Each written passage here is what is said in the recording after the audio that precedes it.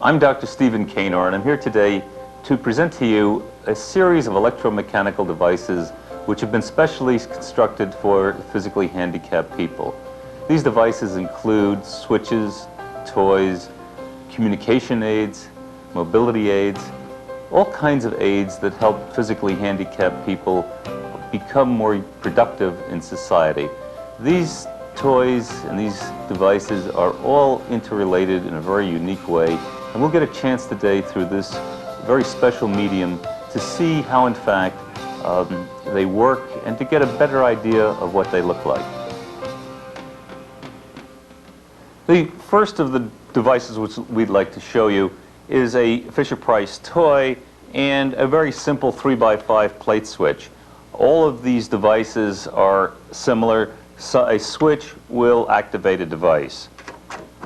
Plug the switch in, touch it, and the toy is activated. All of the switches control all of the devices. They're all interchangeable, and we will be showing you then lots of switches and lots of devices. This is a toy, and here we have a very simple 3x5 plate switch. The next device is a pouring cup. It's used to teach the laws of conservation so that Piaget isn't violated too badly. Children who need to experience pouring, by using this switch, which is a rocking plate switch, plugged into this pouring cup, if I touch the switch on one side, the cup turns, and a child who isn't able to pour water any other way can have that opportunity. Pushing the other switch, the other side of this rocking plate switch, makes the cup go back. The rocking plate switch could be plugged into two different toys so they could learn left and right or learn how to differentiate. The next device that we have is the city interchange. The switch that we have is a double touch switch. One needs to touch this position and this one before the toy is activated. It's very good for achieving certain postural components that one would like to achieve. Whoops. Here we have a floppy bunny, and the floppy bunny is plugged into a rather unique switch. This is a photocell switch, and when the photocell is in the dark, the bunny begins to operate.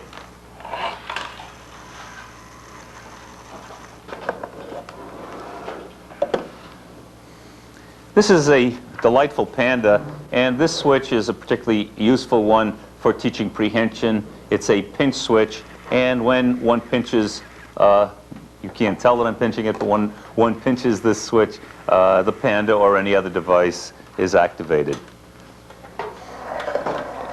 Two very unique devices are the elephant water squirt. We decided that children and adults too, I guess, like to play with water pistols, but it wasn't quite appropriate for the people that we're looking at. And here we have attached the elephant to an intention switch.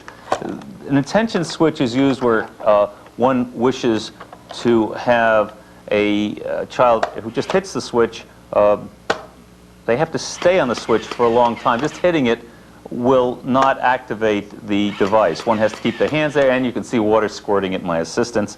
One can adjust the amount of time that one has to keep their hand on this intention switch.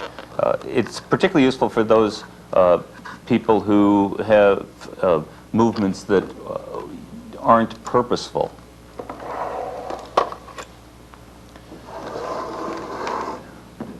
This switch is the grip switch, and obviously it's here activating a drum.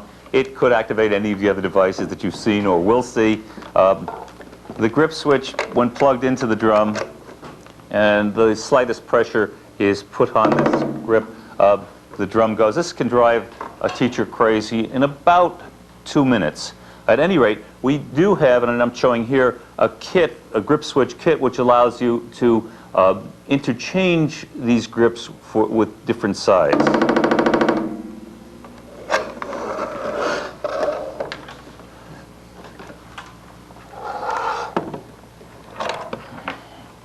This is a radio with lips that move. Here we're going to activate it by a push button. Pushing this button and tuning the radio in appropriately, we can see the lips. I guess this isn't a very good station. Let's see if we can find a better station. The family told investigators Green had been in poor health for the past few years.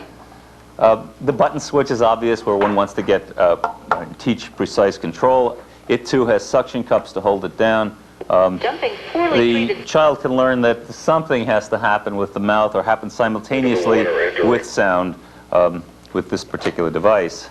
And once again, we have trouble removing the switch from the surface, but on the other hand, when a child is pushing it across the table, that prevents it. For activities of daily living, we have a mixer and a blender. These are interchangeable, and the switch is a flat air cushion switch. The flat air cushion switch is a very light pressure switch that one can use here. One can use it as a switch on a flat surface or any other surface. One could put it on different sides of the wheelchair or in seating. It's a particularly reliable switch and very sensitive.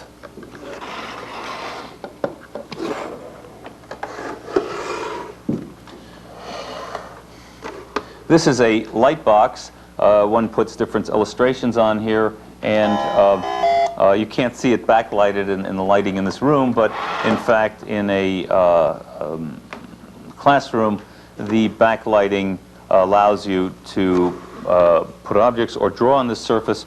We have it attached to a switch which can either be used alone as a music box, or it can be, when plugged in, it's both a music box and a device activator.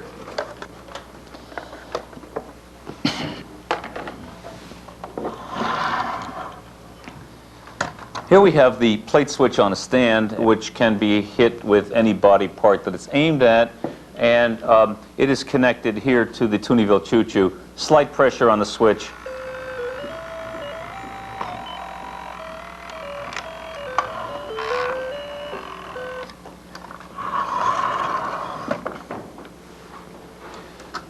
In order to teach children the skills for operating both computer devices and wheelchairs, we have a joystick. Here I've only used 2 of the 4 outputs. One of the outputs is going to the Fairyland go-round, and the other one to a fan. We could have 2 other toys so children could learn cause and effect.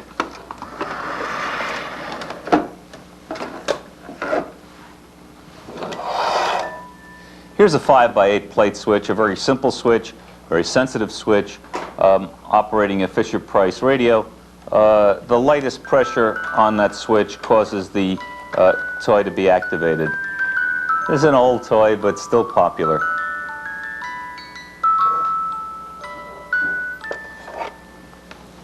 We've seen small plate switches, medium-sized plate switches, and now we see a large plate switch, an 8x13 plate switch. And this plate switch has its own cord. Again, one should know that we have as a standard a 1/4-inch plug and a 1/4-inch jack. We can supply these with the standard 1/8-inch plugs and jack upon request. This plate switch is an 8x13 plate switch hooked up to a police car. The slightest pressure on that causes that bump-and-go police car to create a racket.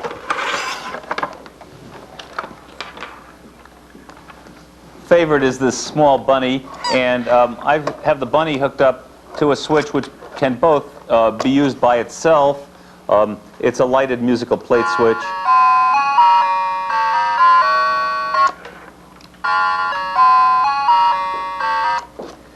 Again, remember that this switch can be hit by any body part, leg, head, depends upon where you position it. I'm going to plug this bunny in, and now it becomes both a musical plate switch and an activator of this bunny.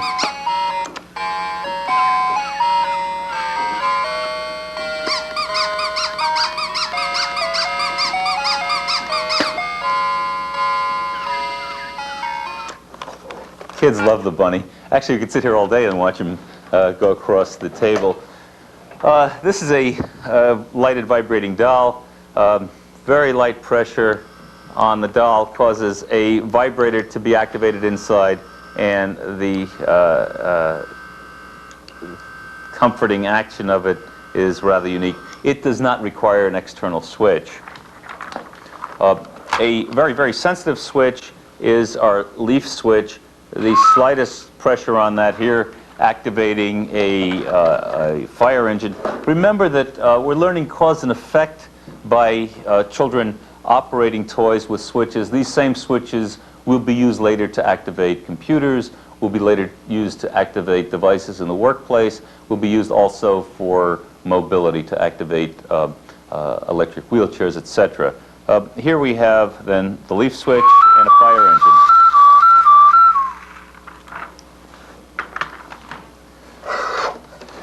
What we're trying to do is get the kid to actually be able to activate a switch, and sometimes a mirror is sufficient to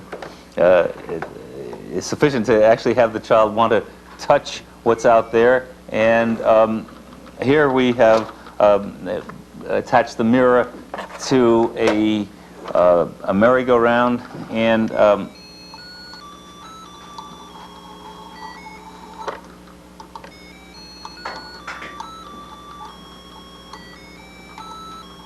a delightful toy, colorful, fun for the kid. And again, a dramatic play, we have taken a battery-operated sewing machine and hooked it up to what we call roller switch. Now, the roller switch operates by just running one's hand lightly across it, and whatever is connected to the switch will operate.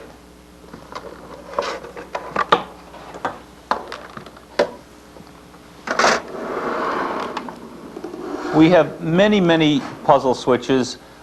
Here is a puzzle switch getting the correct shape in the right place. Here is activating a Fisher-Price music player.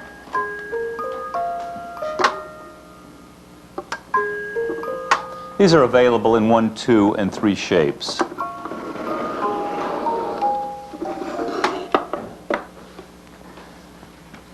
We have many, many slide toys. They are particularly good for visual tracking.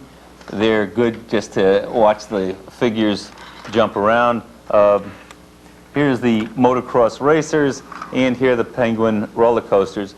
The switch, which is a very good switch for use later on with computers, is a small rocking plate switch, and hitting one side gets the motocross racers to go, and the other side here gets the penguins to dance delightfully around.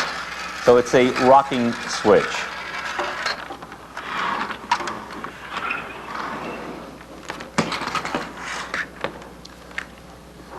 Now, the next switch that I'd like to show you is a lighted plate switch. Very good for visually impaired children. It's bright. It has a very bright light on it. We have it attached to the fireman ladder climber.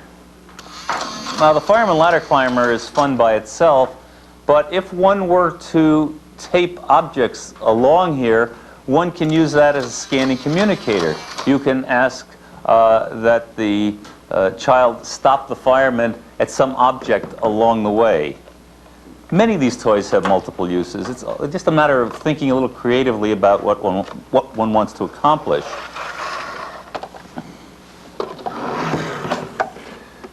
Often, one has to have an age-appropriate device for some of your clients.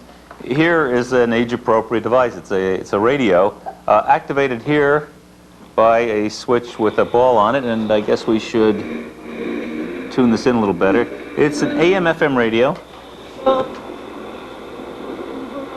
and just pulling on this ball will activate it. This is held down with 4 suction cups and is particularly hard to remove from a surface. Next device is rather unique. This fits on a crib. It's a rock and sleep. It can be switch activated. I'm not going to put a switch in now, but if I were to plug a switch in, it could be activated by the switch. What this does when attached to a crib, and let me show it, it actually rocks the crib, and it probably knocked me off the stool. It has very slow rocking action or a very fast rocking action, depending upon how this adjustment is made. In addition to being switch activated, it also is voice activated. Now, I've got to let it settle down for a minute. Let's see if we can get it to settle down. If in fact it did, if I were to talk into the microphone or cry, the voice activation would set this in motion and it would gently rock the crib. This fellow needs no switch, and it's an old favorite. It's called a Dreibel, and just the slightest pressure on it causes it to purr, and if you give it more pressure, it starts to make a louder noise. It's called the Dreibel. This fellow is rather unique. Also, it does not require a switch. Like the Dreibel, it doesn't require a switch. It's called a What's-It, and let's see if we can get the What's-It to do its thing. If one talks into the What's-It, it shakes.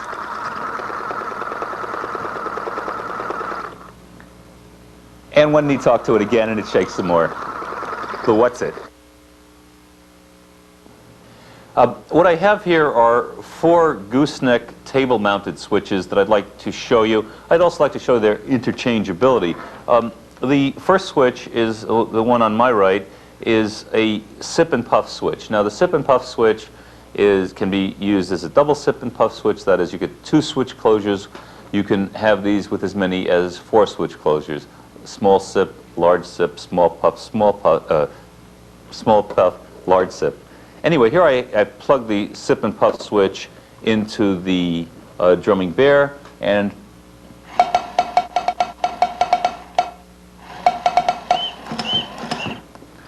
the next switch is a tongue switch. It can be used, again, to make a computer go. It can be used to drive an electric wheelchair. I have it set up now as a single switch. That is, if one goes to the right or left, it will only make one device work. It is available with 2 switch closures. And the very slightest tongue movement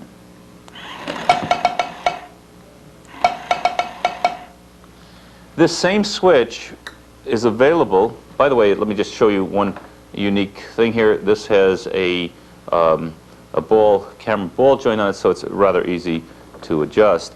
The same switch can be mounted on the table with a sticky-backed gum material, so that the slightest movement will activate whatever is plugged into it.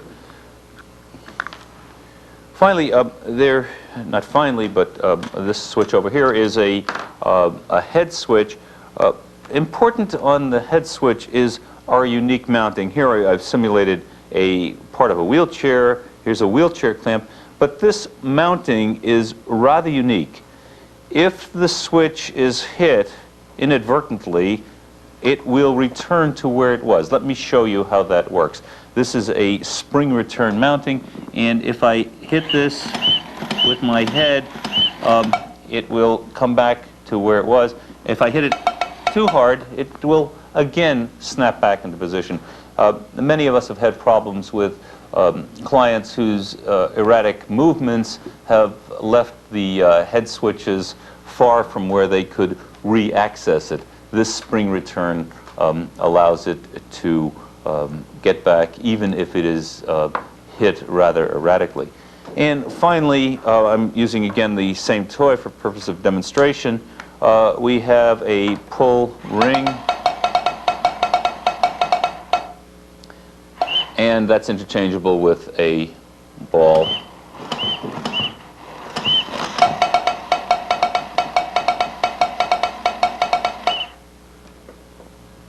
The next switch which I would like to demonstrate is our vertical plate switch. It can be used either vertically or as a 45-degree switch. Very light pressure activates whatever it's plugged into. It is not only used this way, but can be used for side swiping motion by affixing it to the lapboard and having the client come in like that. It can be affixed to the surface with suction cups, with double-sided tape, or with screws. Here we have it operating a swirl art toy, and I'm not going to create any masterpieces this afternoon, but one can imagine that if one operated that, we'd have a very nice activity for a group of children.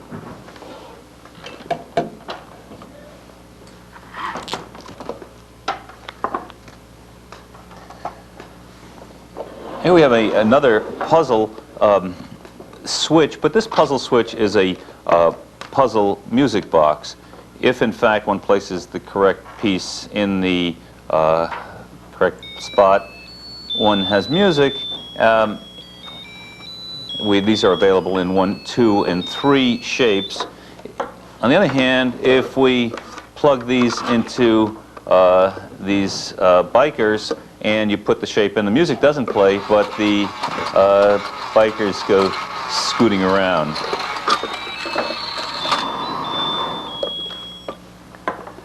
Here we have a 3-shape version of it. One must get all the shapes in. First, I'm going to use it to activate the slide toy, the Circus Seals. And this little seal looks like he is got to be directed. And this little seal looks like he's not going around. I don't know why. This seal seems not to be doing his thing. Let me show you the shape switch used as a music box. If I got the final shape in properly, it would play music. Here we have 4 new wooden puzzle shape switches. The first one has graded size pegs. The second one is 5 different shapes. One must put all these shapes in the right place before a toy is activated. We have one with tall pegs, 6 tall pegs, and finally one with different size shapes, 4 shapes. These are all without music boxes, but we do have a special music unit which you can plug into this. Additionally, when all the shapes are in place, a toy will be activated. We have another puzzle toy which both acts as a music box and as an activator of a device. Let me first show you that when this is called the stacking ring, when the rings are stacked properly, it plays music.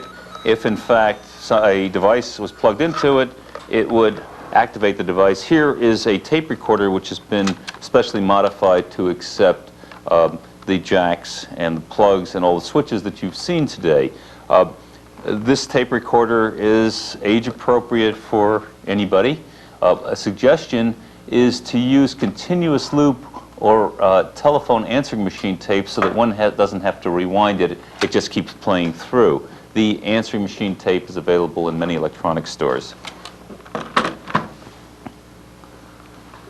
A favorite is the roly-poly cow, roly-poly calf, and I am going to connect it to a switch with a mercury or posture switch, and if this is attached to a body part, when it is tilted, the toy is activated. In this case, the cow goes strolling across the table. If one could put it on the head to teach, let's see if I can get this right.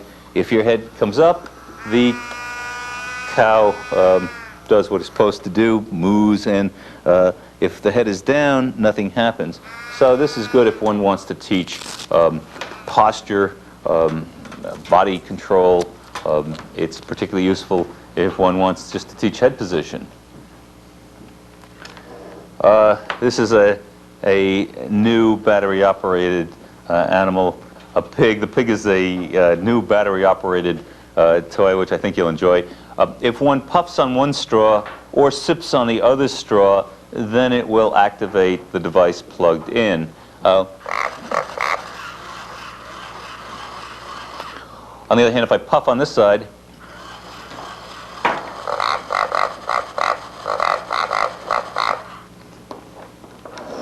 that's the sip and puff switch, and it's connected to a pig. Here is a vibrating pillow. With this, we have a very special switch, a voice-activated switch, and the voice-activated switch picks up, well, let me see if I can get it. It's very sensitive. One doesn't want to use this with radios. If I talk, anytime I talk, it activates the device plugged into it.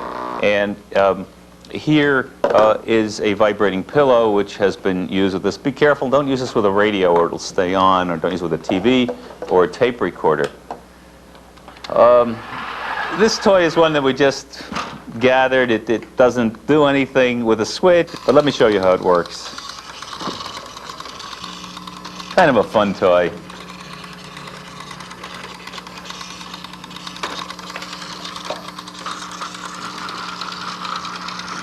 Anyway, he just keeps going back and forth, and kids delight in it.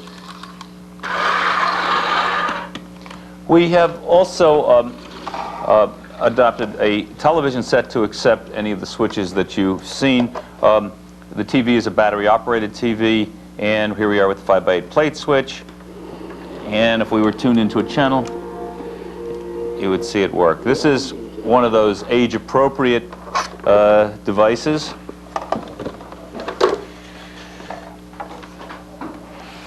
Here we've got a bear, but the switch here is a vertical wobble switch, and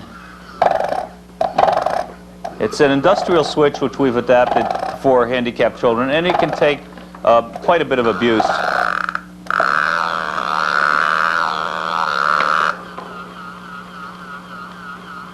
Bear's kind of fun. I'm going to use this switch with another slide toy. Here's the jumping dolphins.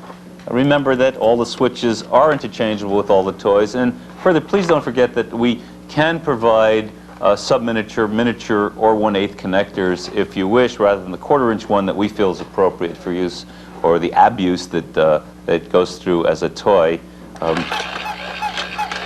These are the jumping dolphins.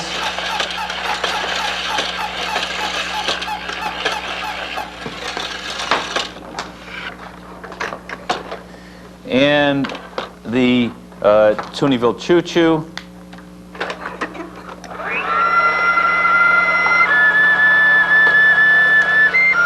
This is a bump and go toy. It comes with a series of records. And the Dover Express, or another train. Again, I'll use the same switch. I want to show you the interchangeability. Any switch, again, can be used with any device. And this train is a bump and go toy, and has smoke, and it makes some noise, and it's kind of a delightful train. This same wobble switch is available on a stand. It's called a wobble switch, and I'm going to plug it into a toy which one can use for dramatic play, a vacuum cleaner.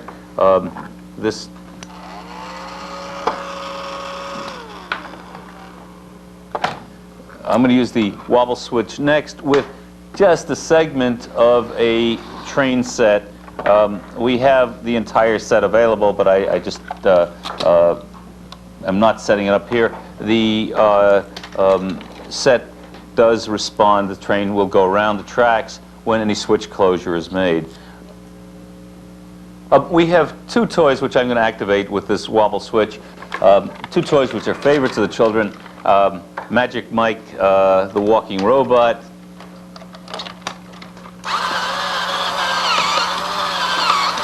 And a bigger version of the same. The next toy none of my colleagues like, but the children love. It's a dinosaur. Some people think it's particularly ugly, but the kids love it.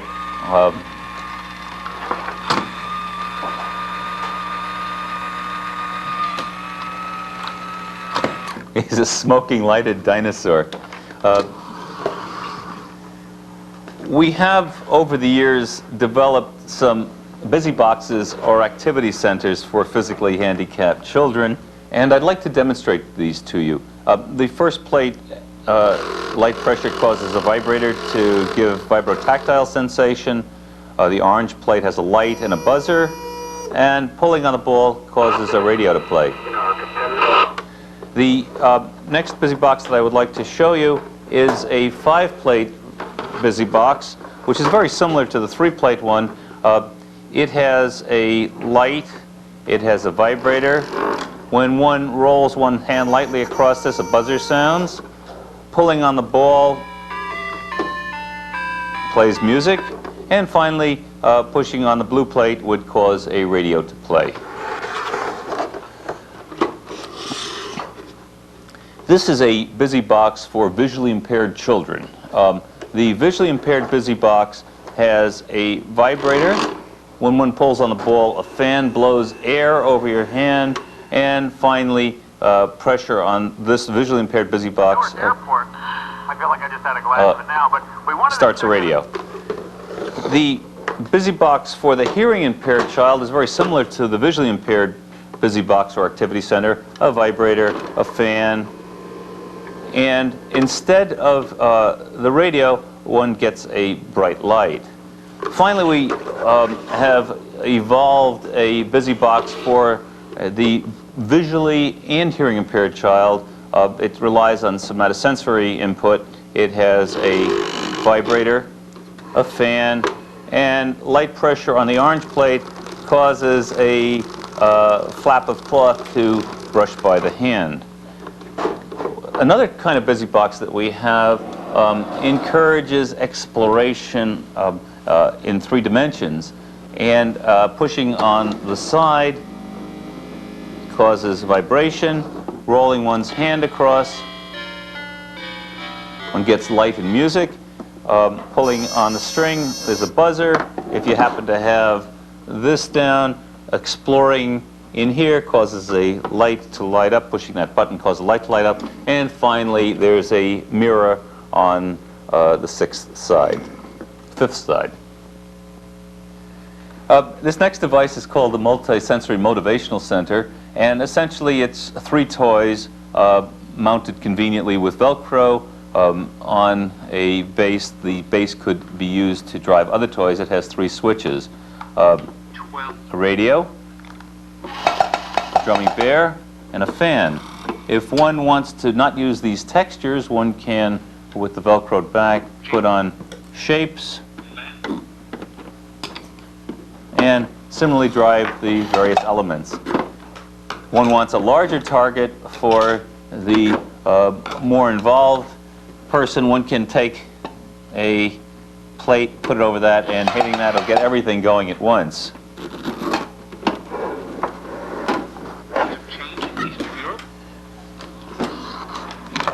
We have a simple AM radio, which I will operate first with a 3x5 plate switch. A unique feature of this particular one is that it can be used with the switch removed and this headphone in as a posture device. When one sets the mercury switch properly, the radio will play only when the head is in the preset position. So if one's head is down here, one doesn't hear the radio. One head up here, the radio plays clearly. This is a particularly good training device because children like to hear music, adults like to hear music, and they're willing to keep their head up in order to have the music continue. Another soothing device is a vibrating sack. It vibrates gently when a switch closure is made. In order to make these switches more versatile, we have many, many devices which fit between the switch and the toy. Now, if in fact this toy is hooked up to the switch, every time I push the switch, the toy is activated. But now we have some modules that do or cause the switch to do other kinds of things. The first module, which I'd like to demonstrate, is a timing module. It's an adjustable timer, and it fits between the switch and the device. And when the hand is held on this, it gives a certain amount of on time. And that time is adjustable. One must take one's hand off the switch and replace it. It could be a very short period of time or a very long period of time. But it stops perseveration. It tells the person that, in fact, they've got to remove their hand and put it on again in order to activate the device. The other kind of thing that we have, the other modules that we have that fit between the switch and the device is one. This is called a latch. And essentially, every time one hits the switch, when this is connected along the line here, the switch locks on. That is, it's on until it's touched again when it's off. One might like to use this with a radio or a tape recorder or television set in order that one doesn't have to stay on the switch all day in order to have continuous device activation. Very often, we'd like to know how well we're doing. That is, has the switch, in fact, been used that day? And this is not easy to visualize, but it's a counter that counts the number of times that the switch has been activated. It gives us useful information about how well we're doing with a particular device or how well the child is doing. Is the device satisfactory? And I've got to, this is another timer module. We have, I've demonstrated this one earlier. We have another module which is an inverter module. This one is particularly interesting. It's battery operated, and the way it operates is that every time one gets off the switch, that is, doesn't activate the switch, the device goes. So here's the device going. If we, in fact, put the switch in, the device would stop. So this reverses the action of any switch that's hooked into it. This is an AND gate. The way this operates is that when this is plugged into a toy, one must activate two switches simultaneously. I don't happen to have two switches here, but if you hit switch A and switch B, then the toy would go. We also have OR gates. If you hit switch A or switch B, then the toy would be activated. We have a multi-switch module. If you have a classroom full of children and you tell child A to activate the switch and that's turned on, then in fact the toy would be activated. And you can do this with 1 through 4 children simultaneously.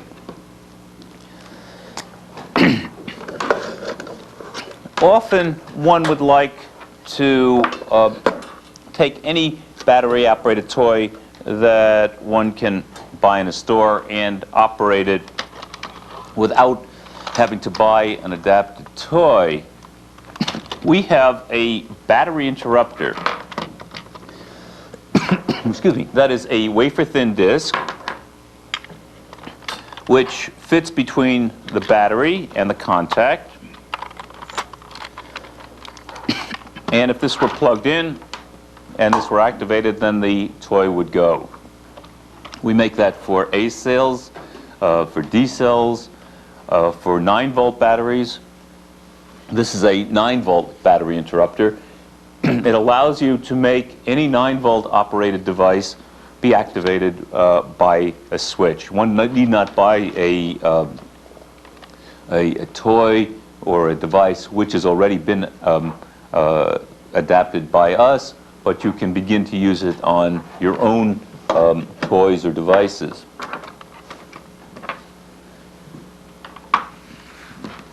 If you have our 1/4-inch jacks and wish to use other equipment that requires sub-miniature jacks, then we can get these adapters which we provide, or you can pick them up at any electronics store. Here's our 1/4-inch jack, and if you put it on there, now you'll have a switch which can be used with an 1/8-inch or miniature phone plug.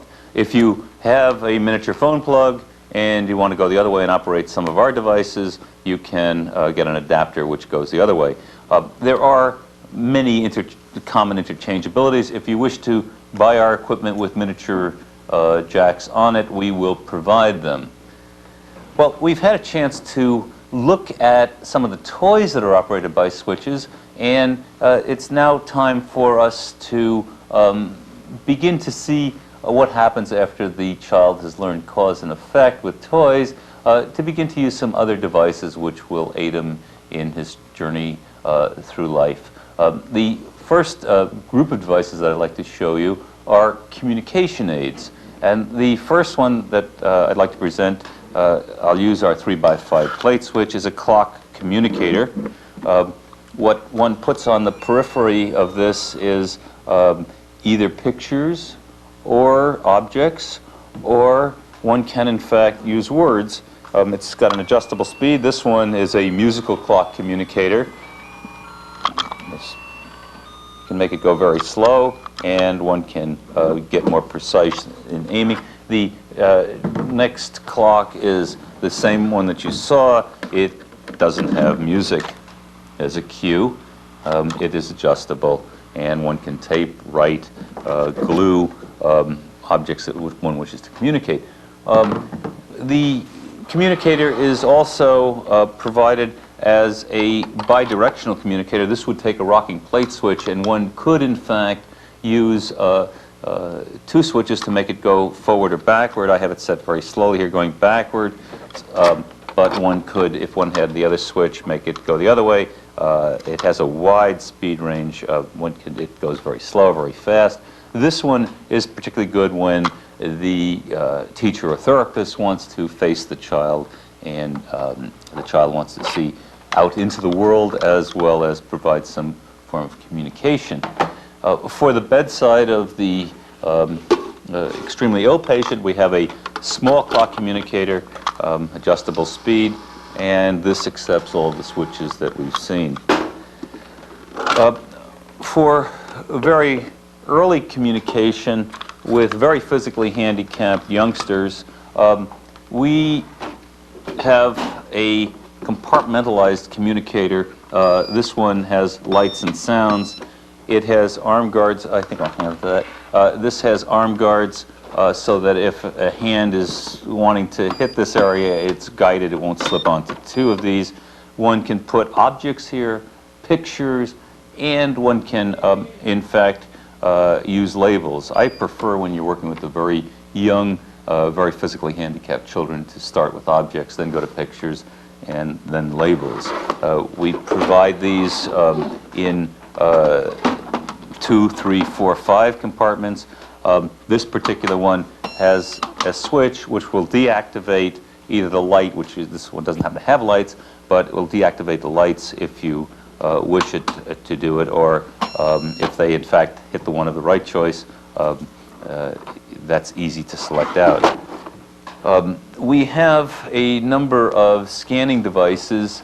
It's my concept that if one does column row scanning on the conventional row scanning boards that are available, it's very hard to learn the concept of column row scanning. So what we have is a 4, and later I'll show you a 2-compartment scanner. This is the 4, and it advances the light around, and one can select either one of 4 or one of 2 compartments if one hits the appropriate switch. For the sick room or for any handicapped person, we have self-contained signaling buzzers. We have 3 sizes, 3 by 5, 5 by 8, and an 8 by 13. And simple contact with that sends the message out. One can use it for Morse coding. One can use it for yes/no responses. You can use multiples of these. You can put pictures on these. It has many, many possibilities.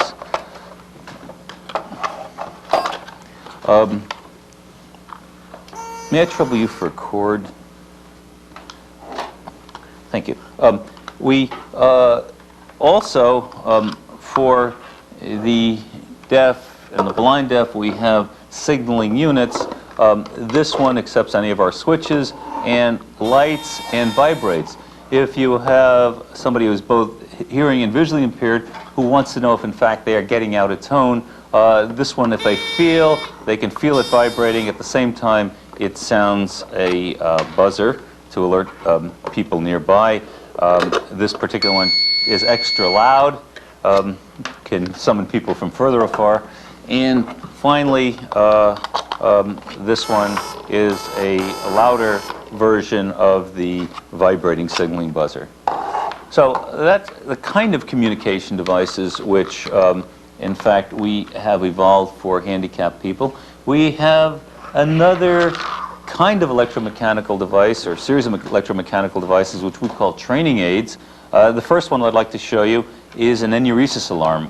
We make 2 kinds of enuresis alarm. One vibrates so that only the wearer knows that he or she has had an accident, and one which buzzes so that people in the room that need to assist the handicapped person will in fact know that there's been an accident. I'm going to demonstrate this way. This vibrates when it's wetted.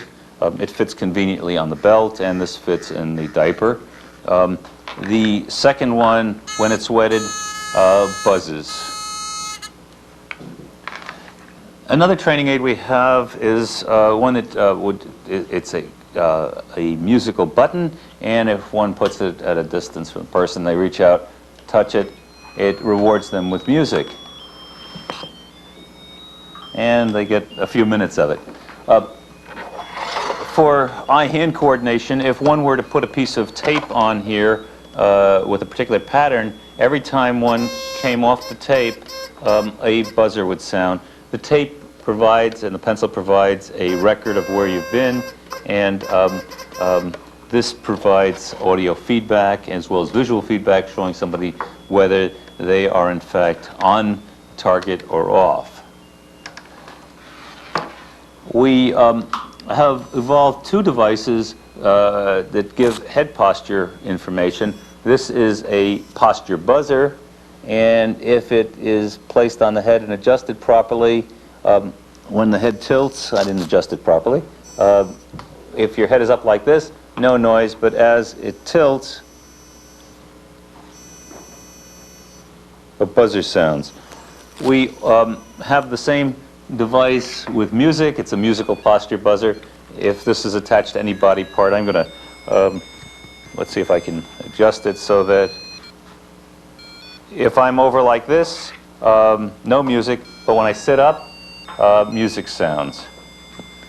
Well, we've evolved a series of other training devices, but these are the most interesting, and we've also evolved devices so that handicapped people can progress onto a computer.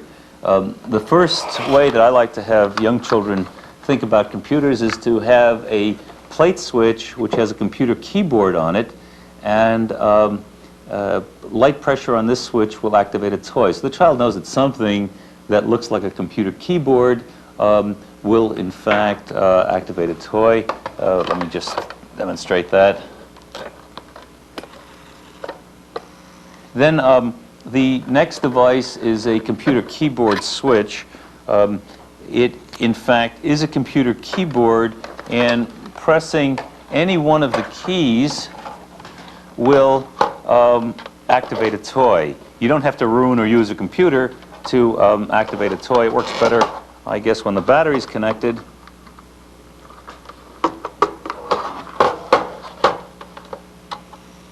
Hitting any key will make the toy go. Hitting all the keys will make the toy go. I find as a next step in introducing very young children to the computer is to actually take the computer, and this is called a computer keyboard cover. We have some bumps that fit under here. This snaps onto the computer, and with appropriate software, hitting one side or the other will activate single or dual switch software. We also have two pieces of software for the computer. One is a teacher's choice software, which essentially gives a reward. I don't have the computer here, but if you have this software in and this is plugged into it and a toy is plugged into this, when you make the correct response, the toy is activated, and one can program one's own questions in there, and there's a wide flexibility in making appropriate questions and appropriate programs for very young children. We also have a device that allows you, with appropriate software, to activate any of our toys by pushing any of the computer keys or specific computer keys, depending upon what you've chosen. Essentially, this is an environmental control unit for the computer. We have a little volume control that allows you to make the low sound of the Apple computer louder. We have computer input devices. This cable, if you plug it into the back of the Apple computer, allows you to operate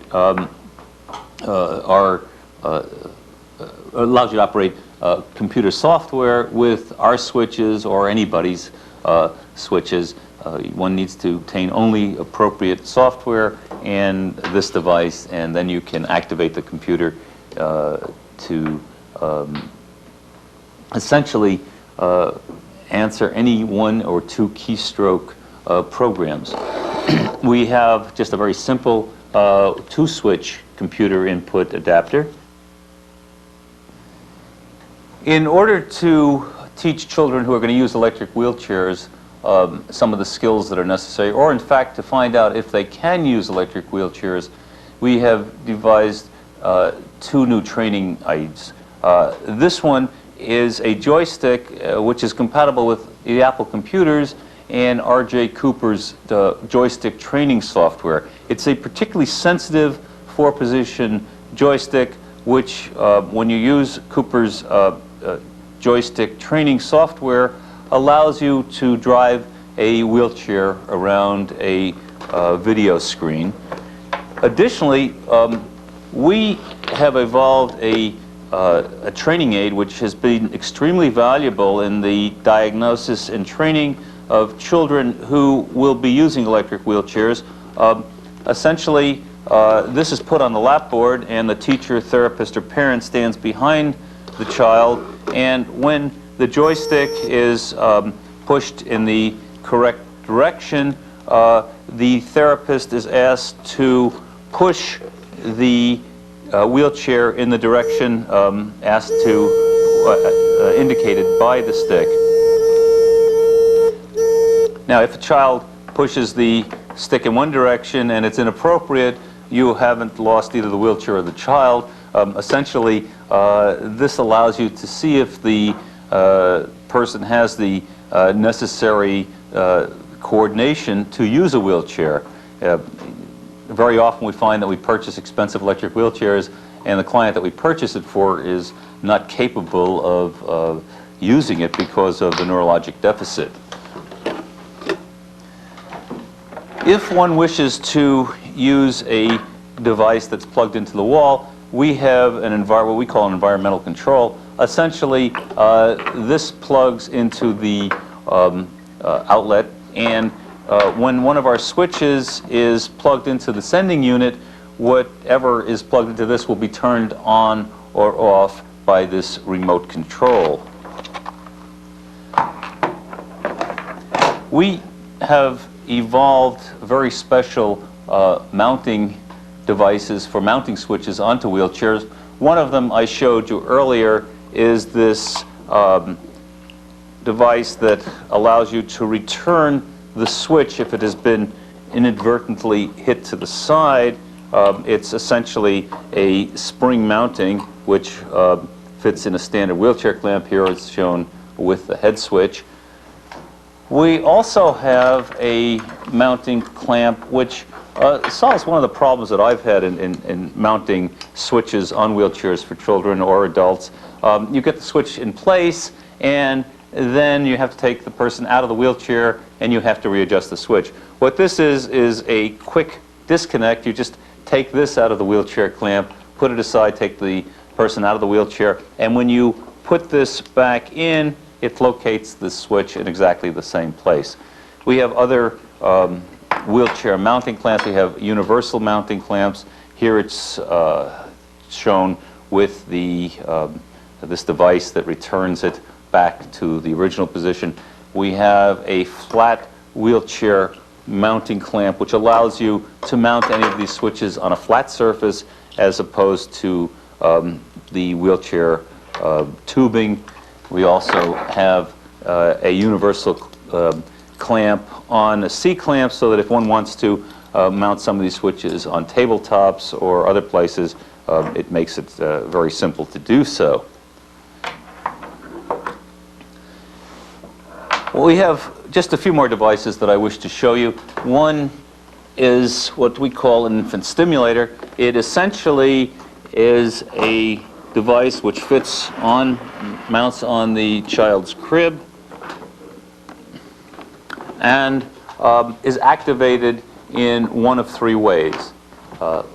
First of all, let me discuss the activation a little bit. It essentially has different stimuli, auditory and visual. Whoops, let me get this part hooked up properly. This is an electric mobile.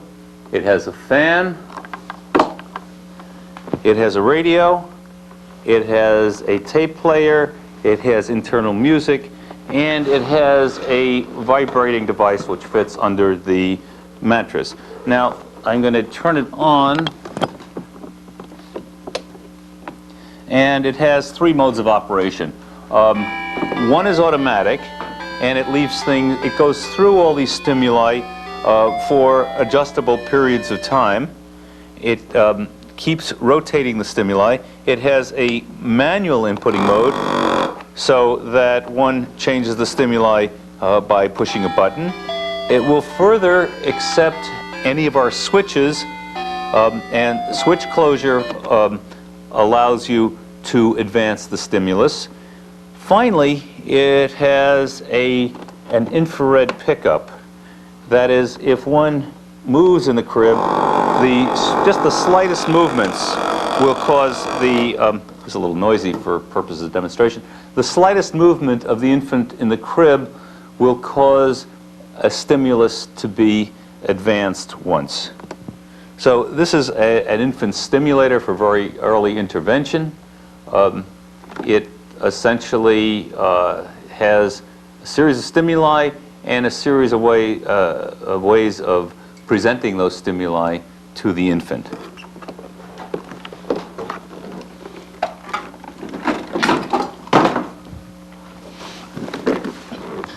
Finally, for mobility and the very young children, we have a board which one can put various inserts on. One can have a child lay down, one can have various seating arrangements, and when the child presses a switch, the board goes slowly in a straight line or in a circle. When they make a switch closure, they will in fact become ambulatory for the first time in their lives for many children. This scooter board goes in a straight line, or it can be set to go gently in a circle. It goes slowly, but it does allow a child to have mobility. We've seen today many devices for physically handicapped people. We are constantly developing new devices In fact, we are working on many devices for the rehabilitative workshop. We have a gripper which fits on a helmet so that quadriplegic people can do tasks in the workplace.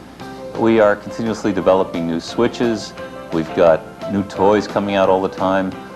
There's these things that we would like to continue to present to the handicapped community in the hope that they will have richer lives as a result of this equipment.